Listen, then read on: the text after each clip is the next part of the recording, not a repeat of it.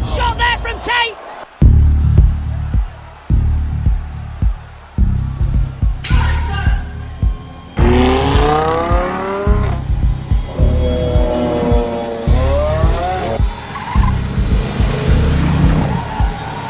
A lot of people say girls love money, and that's not entirely true.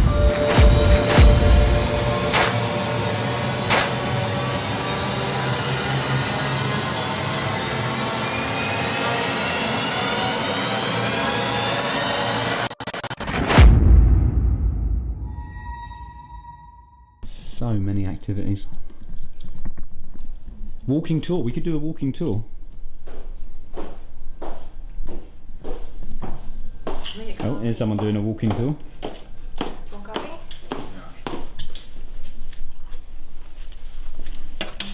Thanks.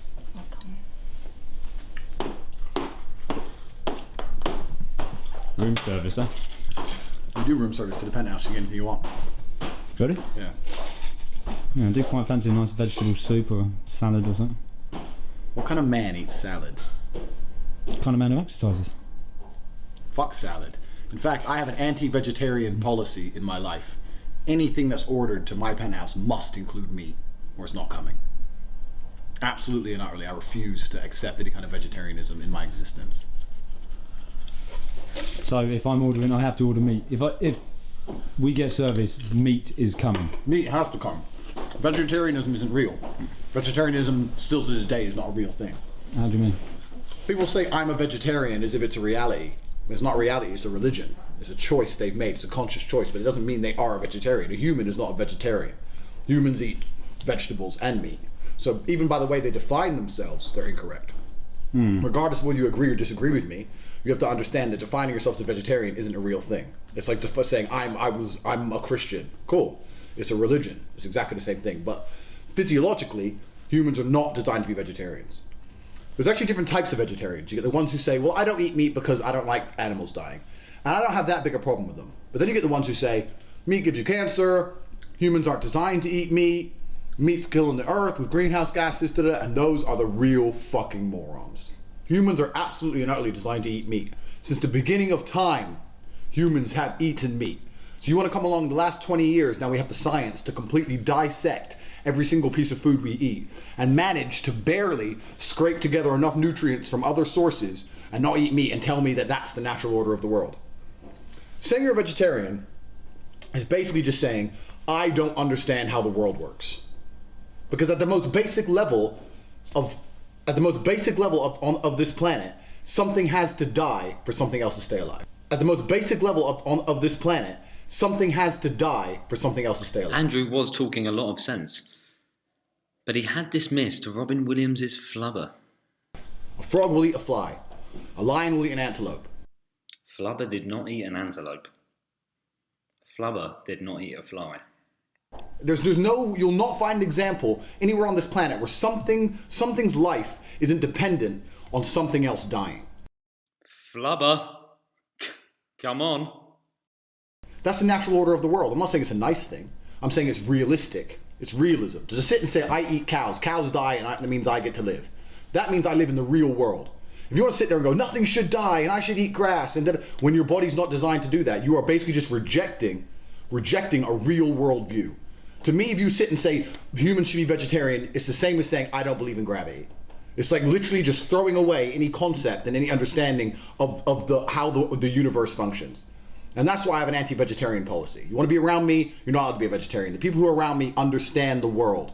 You have to understand how the world really works. I'm not going to live with a bunch of people in some fairyland bullshit thinking humans can live on grass and people shouldn't eat meat. And it's not just vegetarianism. There's lots of things. People say I'm a pacifist. I don't believe in violence. Of course you don't believe in violence. I'm not a violent guy. Until someone breaks in your house and wants to hurt your family, then you got to get violent.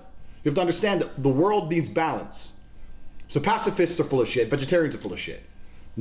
Some things that happen in the world aren't particularly nice. War isn't nice, sometimes it's necessary. Killing animals isn't nice, sometimes it's necessary. That's the reality of the world. That's the nature of the food chain. That's how the whole planet functions. To come along and say, oh, that's not how it is now because you fucking read something on the internet and decided to start living on carrots when you were 14. Fuck you. And most of the time it's chicks. Some fucking 3 fucking stone chick who lives on carrots wants to sit and tell me, a big man, not to be having food. Don't eat, you shouldn't eat that. What should I eat? Fucking couscous? Fuck you. So you can live on couscous. I got shit to do. I ain't fucking powering my body on couscous. What's wrong with you? So nice they named it twice. So, fuck couscous. The point is, vegetarians, regardless whether you agree with me or disagree with me on this, if you're a vegetarian, you're thinking, well, you need to at least accept you do not live in the real world. The entire animal kingdom functions on something's death for something else's existence. That's how it entirely functions, and you want to come along and say that's not right. You might as well say gravity isn't real. You live in a fucking fantasy land. Humans eat meat. We're designed to eat meat. I eat meat. Lots of people eat meat. Fuck your carrots. Fuck you. Do a banner. Fuck vegetarians. Fuck vegetarians. I want that banner throughout this whole episode. Fuck vegetarians.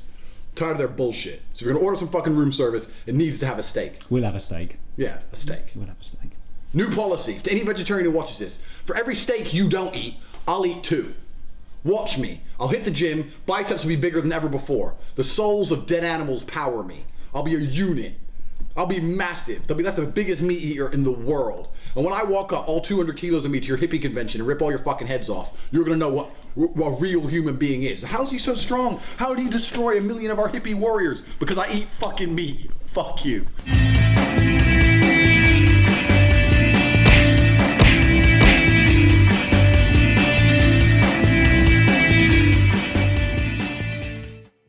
Once Andrew had promised to kill the hippie vegetarian warriors with his big, strong meat arms, we left for a place called Bamboo.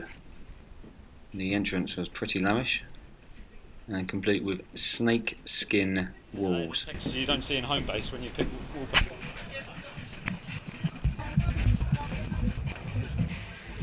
Basically, which vodka bottles have the best light? Yeah. It's all about the illumination.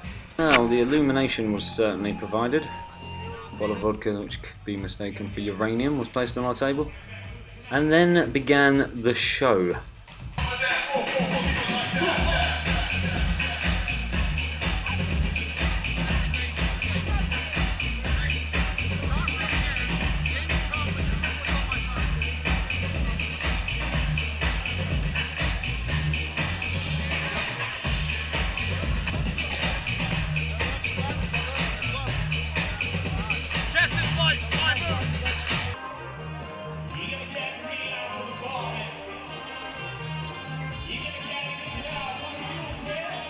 At this point in the club, everyone seemed to be having a lot of fun, including these Swedish men dressed like James Bond, who were cracking smiles and some terrible dance moves.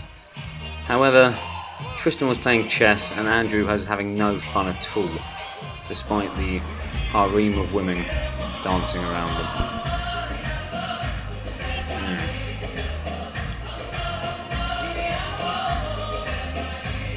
So next thing I knew, Tristan told me to look up in the sky.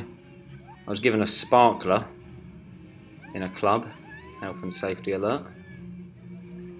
And that sort of ball light thing is actually a crane delivering an expensive, enormous bottle of champagne. Absolutely obscene.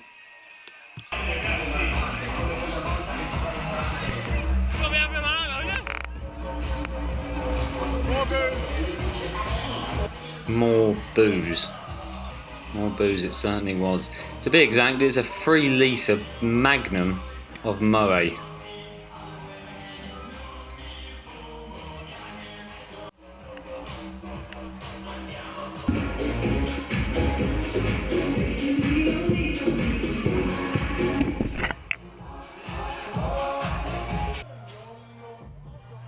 At least the boys are almost smiling.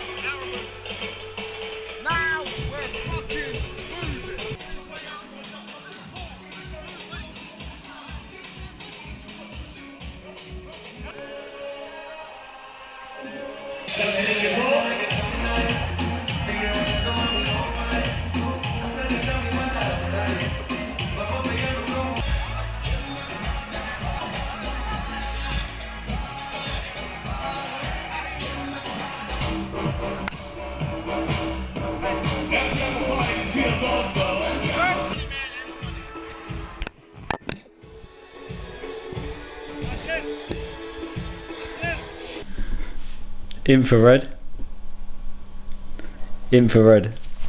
It's a green shirt, fucking white. So, penthouse.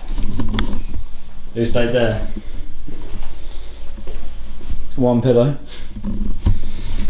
One lonely bloke. So, you do the math. Infrared, no light. Look at that fucking camera quality. Not going in the lads' room. Tristan Tate, because geezer. Chessboard, bit weird, but Pringles. MCDs. Andrew's probably not back yet anyway, so let's have a wander. Female garments in natural. Don't know what's that.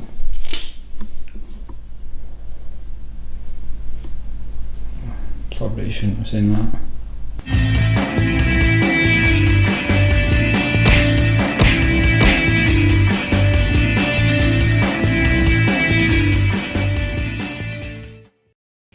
Bucharesti is the bestie. There's no doubt about that. I was enjoying my life so much. I got an M&A fighter to punch the camera for me, and a barman to walk around the bar.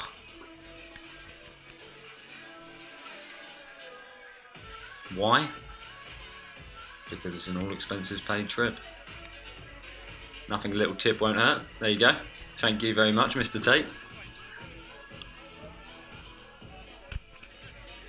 I was tipping everyone. I'd even tip the lights if I could.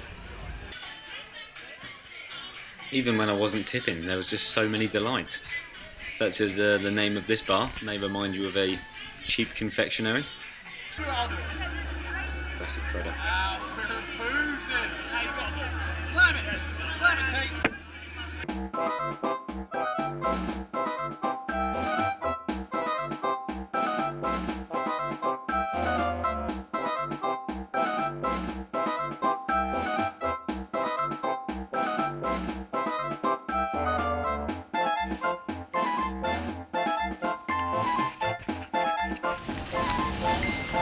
Breakfast now. Go straight into lunch. Whole section dedicated to broccoli. What is that about?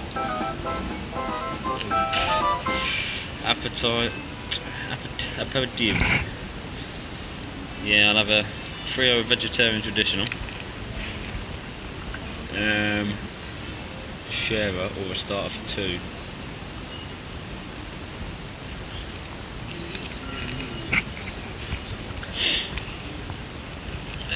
All expenses. Steakhouse. We'll have steak.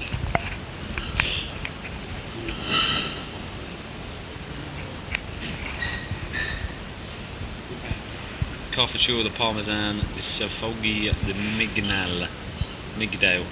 Almonds, parmesan, creamy mashed potatoes with a steak. We having dessert?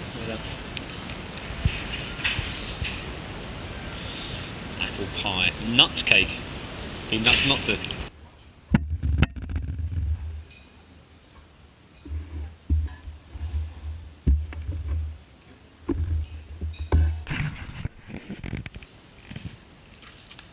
What I got wasn't exactly a steak. Andrew's words exactly. Well, I'm not going to have you starve, but I'm tired of your 3-course bullshit.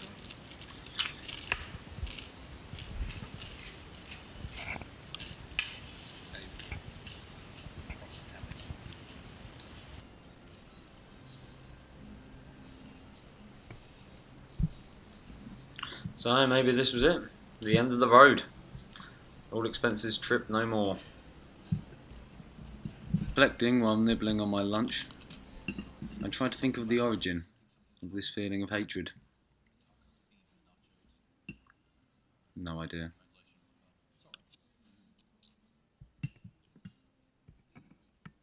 Good news, while Andrew tucked into the nuts cake, I was treated to some croutons, so not all bad.